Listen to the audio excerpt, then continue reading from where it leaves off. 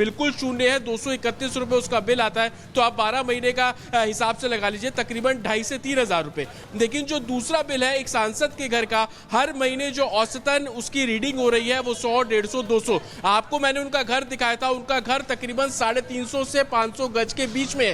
हाल ही में कंस्ट्रक्शन किया गया जिसको लेकर एडमिनिस्ट्रेशन ने नोटिस भी जारी किया। एक सांसद के घर में मिलने के लिए रोजाना सैकड़ों लोग पहुंचते हैं क्योंकि संभल की आबादी बहुत ज्यादा है, लेकिन उसके बावजूद एक बिलो पॉवर्टी लाइन में रहने वाले शख्स के घर का बिल सांसद के घर के बिल से कम आता है। और यही कारण है कि संदेह एडमिनिस्ट्रेशन को हुआ, और जब संदेह हुआ तो उसके बाद जो कार्रवाई है वो अब एडमिनिस्ट्रेशन कर रहा है। सिर्फ सांसद के घर का मीटर नहीं, आसपास के सभी घरों के जो मीटर है वो बदले जा रहे हैं, ट्रांसफार्मर नया लगाया जा रहा है, उसकी रीडिंग नोट करने के लिए एडमिनिस्ट्रेशन काम कर रहा है ताकि ये पता किया जा सके कि कितनी बिजली चोरी हो रही है। सोर्सेज हमें ये बता रहे हैं 35% बिजली का कंजम्पशन चोरी के तौर पर सांसद के घर के आसपास के घरों में किया जा रहा था। तो ये ऐसे सवाल है और यही कारण है कि एडमिनिस्ट्रेशन को दोबारा से बिजली की नई पाइपलाइन डालने की जरूरत पड़ी। जो मीटर है वो डिजिटली अब वहां पर इंस्टॉल किए जा रहे हैं, आप रिचार्ज करेंगे तभी आपके घर में जो है वो बिजली आएगी। इन बिटवीन अगर कोई कटिया डालकर वायर डाल के बिजली चोरी करने की कोशिश करेगा तो हेडक्वार्टर को इस बारे में जानकारी मिल जाएगी। एक्स्ट्रा यूनिट अगर ट्रांसफार्मर रिलीज कर रहा है और उसका रिकॉर्ड सब मीटर्स में नहीं है तो पता चल जाएगा कि यहाँ पर बिजली जो है वो चोरी की जा रही है। लेकिन सबसे बड़ा सवाल यही कि एक सांसद का घर जो कि 500 गज के आसपास है, उसके घर का जो बिजली का बिल वो शून्य बता रहा है, रीडिंग शून्य बता रहा है, तो वहीं एक गरीबी रेखा के नीचे रहने वाले शख्स के घर का बिल 1200, 1300, 1800, 800 रुपए तक भी आ रहा है। तो ये सबसे बड़ा सवाल है कि सांसद के घर के बिजली का बिल इतना कम क्यों, और एक बिलो पॉवर्टी लाइन में रहने वाले शख्स के बिजली का बिल हजारों में क्यों। और ऐसे भी हमें तारे अब नजर आ रही हैं जो मीटर से कनेक्टेड थी, जिसको एडमिनिस्ट्रेशन ने काट दिया, वो मीटर अभी भी बंद पड़े हैं। लेकिन सवाल वही, बिजली चोरी का ये जो खेल है वो कितने सालों से चल रहा है, उसको एडमिनिस्ट्रेशन को कितना नुकसान हुआ, सांसद की इन्वॉल्वमेंट को लेकर जो चीजें सामने आ रही है यही कारण है कि एडमिनिस्ट्रेशन ने लैब रिपोर्ट मांगी है। जो मीटर कल जब्त किया गया उसको लैब में भेजा गया है, उसकी जांच रिपोर्ट आएगी, उसके आधार पर आगे की जो कार्रवाई है वो की जा रही है। सिर्फ सांसद के घर से भी क्या बिजली चोरी की जा रही थी जिस तरीके से इस मस्जिद से की जा रही थी, तो तमाम ऐसे सवाल है जो कि इन्वेस्टिगेशन का हिस्सा है। पुलिस का क्लियर कट कहना है इस मामले में शिकायत अगर बिजली विभाग देगा तो उस बेसिस पे कार्रवाई की जाएगी। पहले भी सांसद के खिलाफ मुकदमा दंगों को लेकर जो है वो रजिस्टर किया गया था, लेकिन अब बिजली चोरी के जो आरोप लग रहे हैं उस पर भी अब जो सांसद है यहाँ के जियाउर रहमान वो कहीं ना कहीं गिरते हुए नजर आ रहा है। Back to studio. बिल्कुल महत्वपूर्ण जानकारी जतिन आप बता रहे हैं कि कैसे बिजली चोरी इतने वक्त से लगातार चल रही थी और आम आदमी के बिजली का बिल ज्यादा आता है, सांसद साहब के बिजली का बिल 0 आता है और इस पर कार्रवाई होनी चाहिए, लेकिन एक रिपोर्ट का इंतजार किया जा रहा है। फिलहाल के लिए जतिन आपका बहुत शुक्रिया।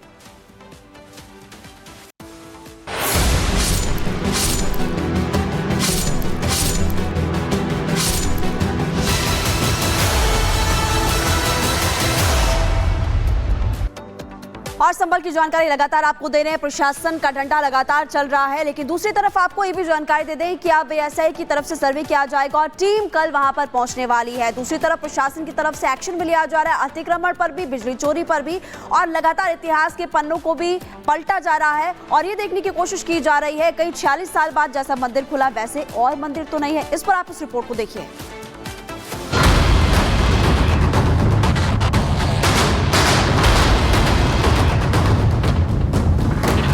संभल में पहले मंदिर मिला, फिर महादेव और बजरंग बली मिले, अब खुदाई में मूर्तियां मिल रही हैं, लेकिन अभी पूरी सच्चाई सामने आना बाकी है। पूरा सच सामने आएगा भी, क्योंकि संभल में चारों तरफ से सनातन के सबूत मिल रहे हैं। मंदिर, महादेव, बजरंग बली, मूर्तियां।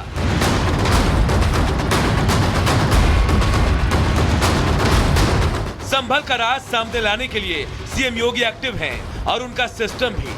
संभल में मिले मंदिर और कुएं का सर्वे 4 सदस्यीय एएसआई टीम करेगी। मंदिर और कुएं की जांच के लिए एएसआई की टीम कल संभल पहुंचेगी। एएसआई की टीम पहले डीएम ऑफिस जाएगी, फिर प्राचीन मंदिर पहुंचेगी। एएसआई की टीम पहले शिव मंदिर और कुआं जिसकी खुदाई की जा रही है उसका सर्वे करेगी। इस सर्वे के जरिए एएसआई ये जानने की कोशिश करेगी कि यह मंदिर और कुआं कितना पुराना है। एएसआई की टीम आज संभल पहुंचने वाली थी, लेकिन 4 सदस्य एएसआई की टीम में से एक सदस्य के किसी रिश्तेदार की मौत हो गई। यही कारण है कि अब एएसआई की टीम कल संभल आएगी और मंदिर और कुआं जो पास में बरामद किया गया उसके सर्वे का जो काम है वो एएसआई करती नजर आएगी। इधर संभल में कुएं की खुदाई का काम जारी रहेगा, जो शिव मंदिर से महज 100 मीटर दूर है। अभी तक कई कूप की पहचान की जा चुकी है, जहां खुदाई चल रही है तो दूसरी तरफ सर्वे में फावड़ा भी चल रहा है और बुलडोजर भी गरज रहा है। लोकसभा की कार्यवाही के दौरान विपक्ष का जोरदार हंगामे के चलते लोकसभा की कार्यवाही दोपहर 2 बजे तक स्थगित। बाबा साहेब का चित्र लेकर सदन में जोरदार हंगामा। अर्जुन मेघवाल ने कहा, कांग्रेस ने हमेशा किया बाबा साहेब का अपमान। मैं ये कहना चाहता हूं कि कांग्रेस पार्टी ने हमेशा बाबा साहब का अपमान किया है। जब बाबा साहब जिंदा थे तो उनका तिरस्कार किया है। राज्यसभा की कार्यवाही के दौरान विपक्षी सांसदों का हंगामा। राज्यसभा में उठा बाबा साहेब का मुद्दा। हंगामे के चलते कार्यवाही 2 बजे तक स्थगित। किरण रिजिजू ने कांग्रेस पर बोला हमला। कहा, कांग्रेस ने किया बाबा साहेब का अपमान, कांग्रेस ने किया बाबा साहेब के नाम का दुरुपयोग। सदन परिसर में विपक्षी सांसदों का विरोध और बाबा अंबेडकर की तस्वीर लेकर नजर आया विपक्षी दल। वीरेंद्र सचदेवा का केजरीवाल पर हमला। कहा, दलित समाज को मिलने वाले आरक्षण को छीन रही आम आदमी पार्टी की सरकार। रोहिंग्या को लेकर एलजी से मांग, मामले की हो सीबीआई जांच।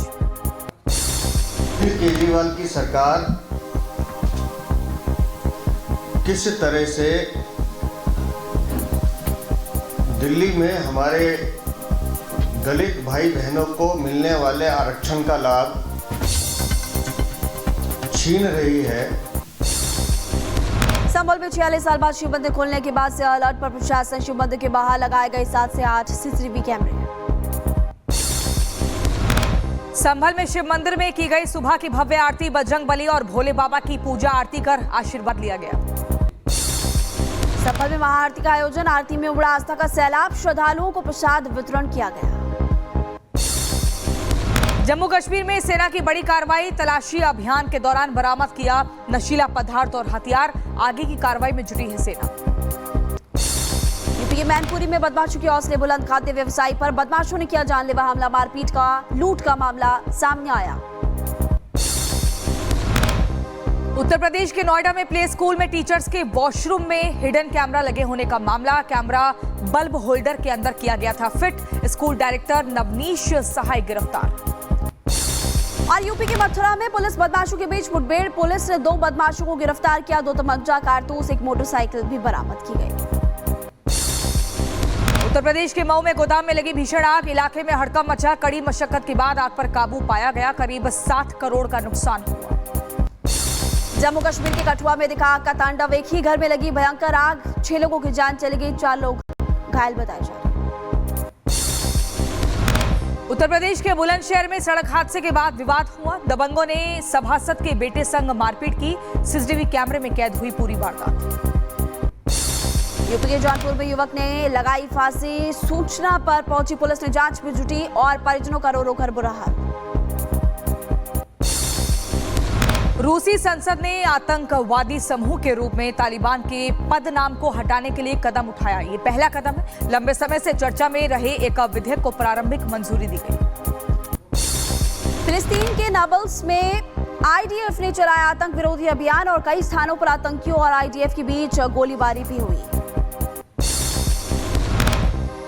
हमास की कैद से रिहा हुए बंधकों ने इजरायली सरकार से समझौता करने का आह्वान किया। तेल अवीव में सम्मेलन आयोजित कर सरकार से मांग की। जॉर्जिया में लगी बड़ी संख्या में शिक्षकों और छात्रों की तरफ से प्रदर्शन किया गया। निष्पक्ष चुनाव कराने समेत कई मुद्दों को लेकर के विरोध प्रदर्शन लोग करते हुए नजर आए। बाल्कन की मोंटेनेग्रो में सांसद नरमिन अब्दिक संसद में फेंका धुआं बम और संसद सत्र को नहीं चलने देने की चेतावनी भी दी गई। पाकिस्तान में सड़क किनारे बम विस्फोट हो गया। हादसे में पोलियो कार्यकर्ताओं की सुरक्षा में लगे हुए 3 पुलिस अधिकारियों की भी मौत हो गई है।